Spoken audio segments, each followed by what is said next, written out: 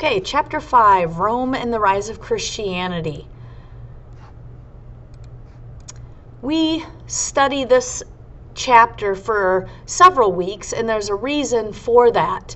And some of the reasons are because of a lot of the contributions that the Romans have given to us. One, for example, is a saying, when in Rome, do as the Romans do.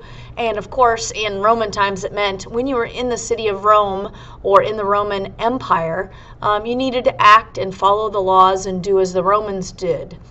Today, it means pretty much if you are at some location, you need to act as those people do in that location. Another contribution is Roman numerals that will use in this outline, and that is very important to know as well, whether they are used for noting what Super Bowl we're in or in the outline notes as you have in front of you.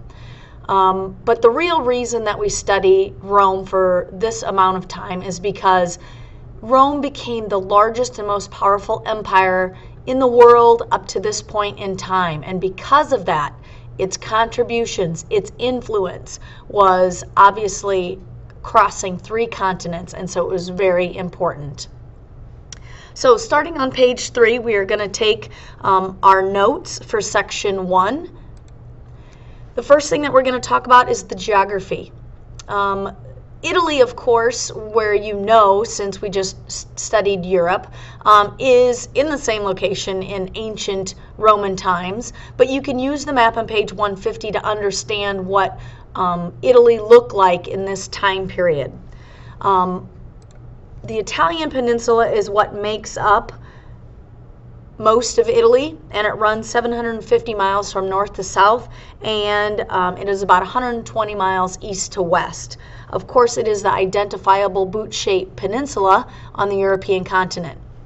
Running the length of the Italian peninsula are the Apennine Mountains, and those mountains were used as protecting Rome.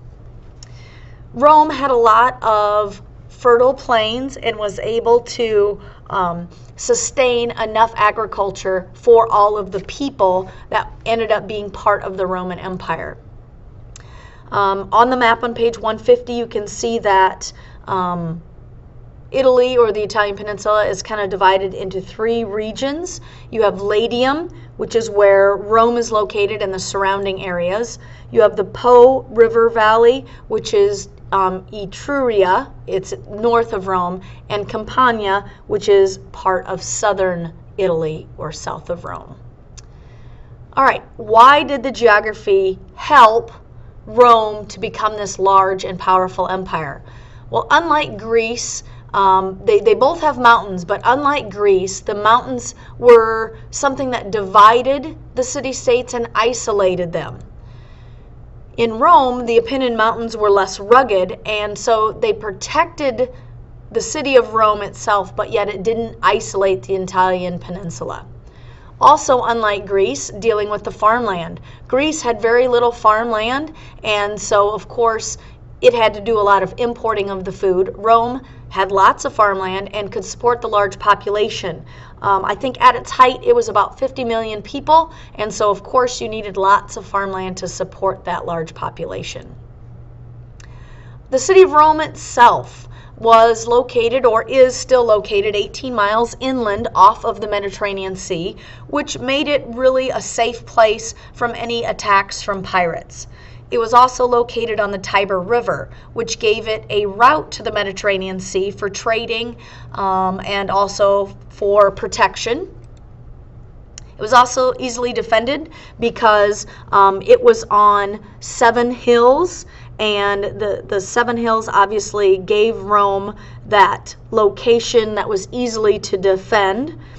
And it was also in the center of the Italian peninsula and the center of the Mediterranean world, which of course was strategic once Rome controlled most of the Mediterranean. All right, your maps on the very last page of your packets. I believe it is on page 48. We are going to label the maps. So we have talked about the city of Rome. We have talked about the Tiber River. We have talked about the Mediterranean Sea. And then we will continue to add to those as we go through. On the other side of your map, you have a chart comparing ancient Greece to ancient Rome. And so this is something I really want you to think about and fill out so we can compare these two ancient civilizations. As far as geography goes, you're going to need to know two of these, and there are more than two, but as we mentioned, the mountains divided ancient Greece, whereas the mountains protected ancient Rome. Greece had very little farmland, and Rome had lots of farmland. Greece was on the European continent, and so was Rome. Greece was also on the Mediterranean, and so was ancient Rome. And Greece had no major rivers that we mentioned, and of course Rome's major river was the Tiber River. All right, the people of Italy, again, on page 150 on that very same map, it mentions the Latins. And the Latins were farmers and herders that were from north of Rome, and they existed from 1500 to 1000 BC. And of course, this is where we get the Latin language, or they contributed the Latin language that the Romans used as their own language. Today, we use Latin for scientific names. It's also on your U.S. currencies. For example, the E pluribus unum means out of many comes one. And it's also used in Catholicism. Eventually, the Latins moved into Italy, and they contributed to Rome and its culture. All right, on our chart, we are going to compare the alphabet or language to Greece and Rome. In Greece, if you remember, of course, they spoke and wrote ancient Greek. And in Rome, they spoke Latin from the Latins. Both of these languages were Phoenician-based, but they also contribute a lot of words to the English language. All right, after 800 BC, the Greek and Etruscan influences were tremendous on Rome. So what did they borrow from the Greeks? Well, the Greeks existed from 750 to 550 BC in southern Italy and in Sicily. And so, of course, they were very close, and so had a lot of significant influences. They showed Romans how to cultivate things such as grapes and olives. The Greek alphabet, of course, contributed a lot to Latin, and of course a lot of Greek words because the Romans studied Greek in portions of the Roman Empire as well. And of course art and culture. For example, architecture. You will see a lot of the architecture that was borrowed from the Greeks that the Romans used. Another group of people that influenced the Romans were the Etruscans.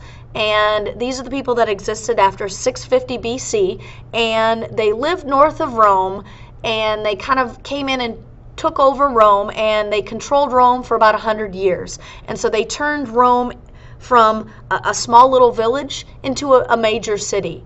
And so they lived in Etruria, and the things that were borrowed from the Etruscan were their style of dress, the toga and the short cloak, and a lot of army organization.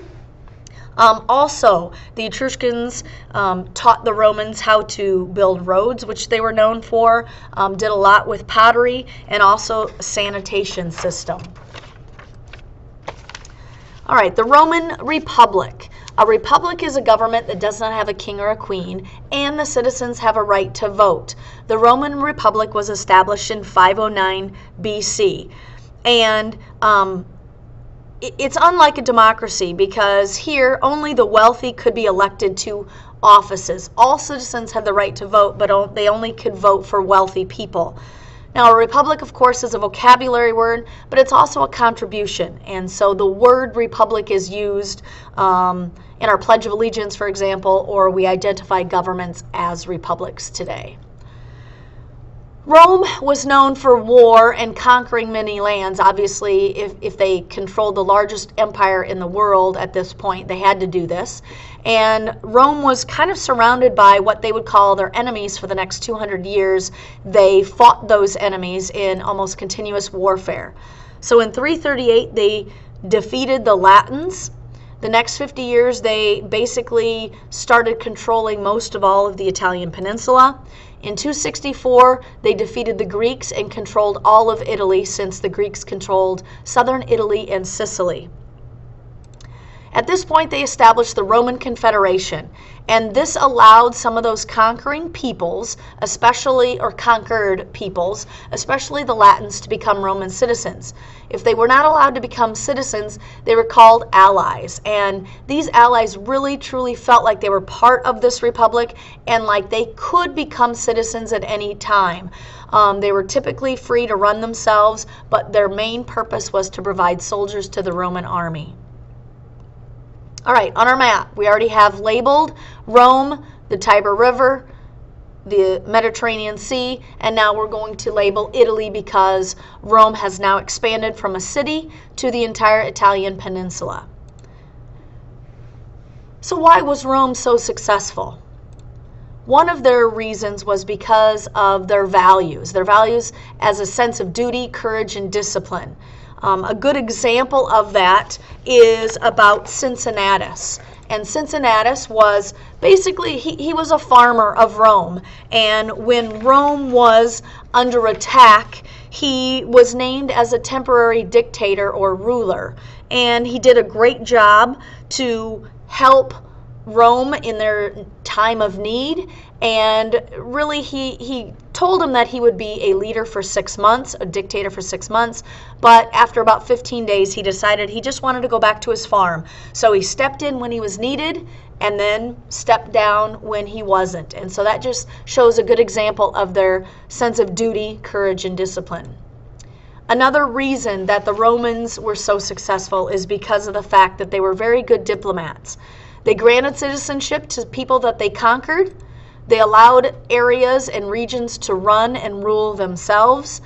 However, if you crossed Rome or angered Rome, they were very firm with what they needed to do, and they would crush any sort of rebellions, and they would do it without mercy, and they would be very cruel about it to make a point that we are very flexible until you anger us.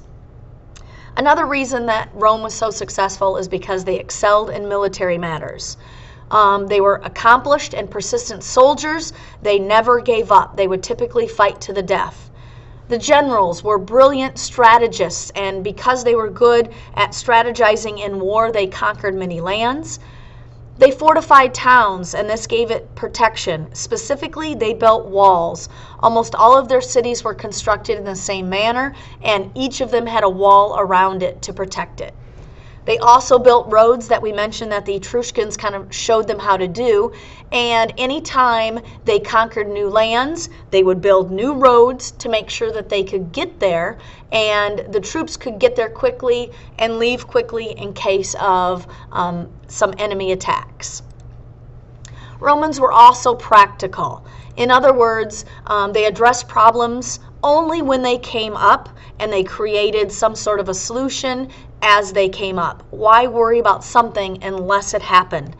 The other reason why Romans were very practical is because they tended to borrow ideas. Instead of reinventing the wheel, they would use and borrow ideas and things from other people that they conquered. And that was a very brilliant idea. All right, on our chart, we're going to talk about the military. Both Greece and ancient Rome had a very strong army. They were known for their army. Greece had to create a navy in a time of need, and so did Rome, that we'll mention a little bit later, but they're both very noted for having a strong army. All right, the Roman state. Once they finally took over Rome and kicked out the Etruscans, Romans tried to establish a government that did not look anything like the Etruscan government of a monarchy. And so they made sure that they no longer had this kingship because they did not believe that it was very useful.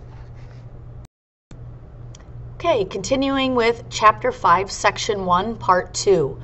As we ended Part 1, we talked about the Etruscans' 100-year rule over Rome, and because of that, the Romans distrusted the monarchy. So they wanted to have a government that was completely different. most of the government of Rome was ruled by the patricians, and these were the wealthy people or great landowners of ancient Rome. Another group of people of ancient Rome were the plebeians, and these were the less wealthy landholders. Sometimes they were the craftsmen, merchants, and small farmers. The beginning of the word plebeians, or plebe, is still used today. It's actually given as a nickname to freshmen at the military academy known as West Point. Now, according to the Roman Republic, both could vote, and that was part of being a republic. However, only patricians could be elected. And if they were elected, they were called senators or consuls. So the consuls, 2 of them were elected every year, and they were the government officials that would run the government and also lead the army. And of course, they only wanted them to rule for 1 year, so they didn't get into that same situation they were with the Etruscans ruling for 100 years. They also elected 2 of them because they did not, again, want to be ruled by 1 individual. And so they made sure that 2 consuls were elected. They also elected praetors, and these were government officials that were in charge of civil law, what I would consider to be judges. They also elected the Senate, and the Senate was 300 patricians who would advise the government officials and approve laws for ancient Rome. And this picture here is of a council addressing the rest of the Senate in Rome. They also elected the Centuriate Assembly, and this was a people's assembly that elected other chief officials like the consuls and the praetors, and they passed laws which typically were based on laws that helped the wealthy, because the wealthy were the ones that always had the majority in the Centuriate Assembly. All right, back to our chart. The government of ancient Greece, if you remember back just a few weeks ago, we talked about Greece having a direct democracy and, of course, creating democracy. And Rome, as you can see, has a republic, and that will change in later sections, but for now it's called a republic. The people that made the laws in ancient Greece were the people that were in the assembly, and the people that made the laws in ancient Rome were the Senate. All right, because there was a huge difference between the patricians and the plebeians, for example, they couldn't marry one another. The plebeians had to serve in the army, but they were not considered to be equal in the army because the generals would be the patricians and the regular soldiers would just be the plebeians. This caused a lot of conflict. And so in 471, they created the Council of the Plebes. And this was a way for plebeians to be elected to the government as well. And if they were elected, they were called tribunes. And so these plebeians that were elected as government officials had power to create laws and make sure laws protected the plebeians. And of course, that meant that basically there were 2 governments. The councils would then make sure that the wealthy was taken care of because they were a patrician class, and the council of the plebes made sure the plebeians and the tribunes would make sure the plebeians would their rights and things would be looked after. Now that changed later in the 4th century BC, and tribunes were also elected to become consuls as well. And in 287 BC, they had the right to pass laws that concerned all Roman citizens, not just the plebeians, and all male Roman citizens were supposed to be equal under Roman law. However, in reality, that was not the case. Roman law was probably one of the most important contributions of Rome to us and our political system and system of laws. And the way it all started was in 450 BC, their first code of laws, which was based on a very simple farming society that Rome was at the time, was called the 12 Tables. They also had the law of nations, and the law of nations meant that the laws were associated with either natural law or universal law, and was using reasoning, which was a Greek idea, and applied to all people, Romans and non-Romans, or citizens or non-citizens. If you were controlled by Rome, that's what you had to do. They also contributed the idea of innocent until proven guilty, and this is crucial in our judicial system. Also, the accused were allowed to defend himself in front of a judge, and then the judge was to look at all the evidence before making a ruling. And of course, that is what our judicial system is like as well. And another thing about laws is the idea of the veto power. The word veto in Latin means I forbid. And so that just means that you would reject some law or proposal that was being proposed to actually become a law. And so, of course, this is a major contribution of our government. For example, the veto power of the president.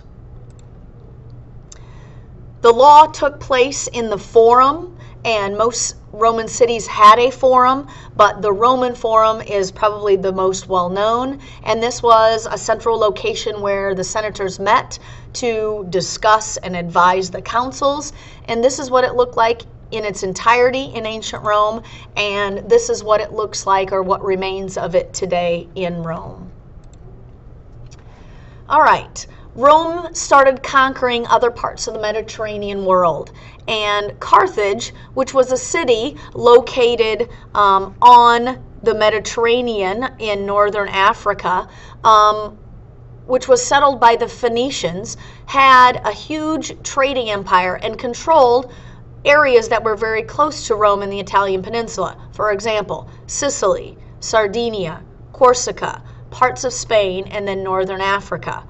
And because this was so close to Rome, the Romans were fearful that the Carthaginians would then, of course, attack them and take over.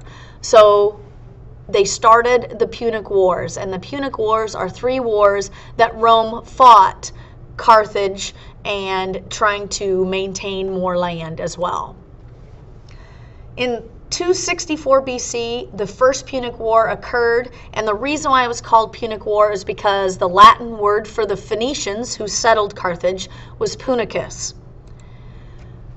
Rome, who had a very good army, sent that to Sicily, but saw that, of course, Phoenicians, being the seafaring individuals that they were from Lebanon or Phoenicia in the ancient times, had a powerful navy. Romans saw the need to create a navy, and so they did so.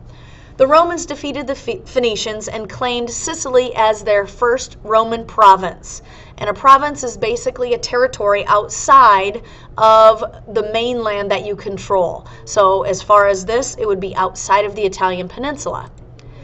And Carthage also had Spanish land under their control, and so the Romans were trying to plant a seed to the Carthaginians located in Spain to revolt against Carthage, and later that would actually help Rome. Hannibal, who was a Carthaginian general, who was a son of another general, was taught at an early age that you were to hate the Romans. And so that's what really started the Second Punic War, is because his father taught him to hate the Romans. All right, on our maps, we're of course going to label a couple of places. You already have Italy, the Tiber River, Rome, and the Mediterranean Sea. I now want you to locate Carthage, which is that city in northern Africa settled by the Phoenicians, and of course Sicily, which was the first Roman province outside of the Italian peninsula. All right, so the Second Punic War, as I mentioned, Hannibal despised the Romans because it was something that was taught by his father. You can actually read a little bit more about Hannibal on the top of page 154 in your books. But Hannibal, for the Second Punic War, entered through Spain, moved across Europe, and crossed the Alps mountains. Now, when he started, he had an army of 46,000 soldiers. He had a large number of horses, and of course, being from Africa, he had 37 battle elephants. This, of course, was not so good because as they crossed the Alps, they weren't used to it. These were people that lived in the Mediterranean world, so they weren't accustomed to the climate or the land or geography of the Alps, and it caused the death of many animals and men. However, it didn't stop Carthage. So in 216 BC, Romans met Hannibal head-on at the Battle of Cana. The Romans lost about 40,000 men, but did not surrender. However, this was the worst loss that Rome had ever seen and was probably one of the worst losses ever. How did Hannibal do this?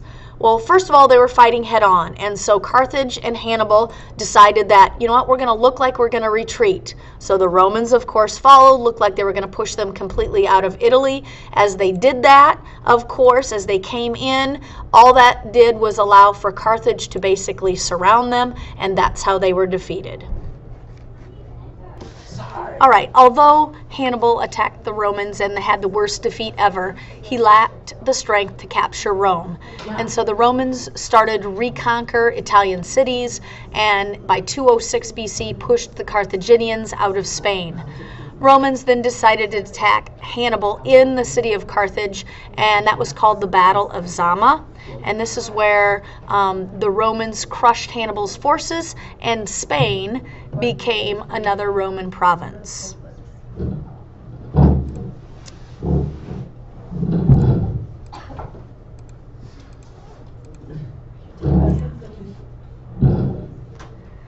On your maps, go ahead and label Spain and the Alps, because those are the two new places in our notes. All right, more conquests. 50 years later, the Romans fought the last battle with Carthage, called the Third Punic War.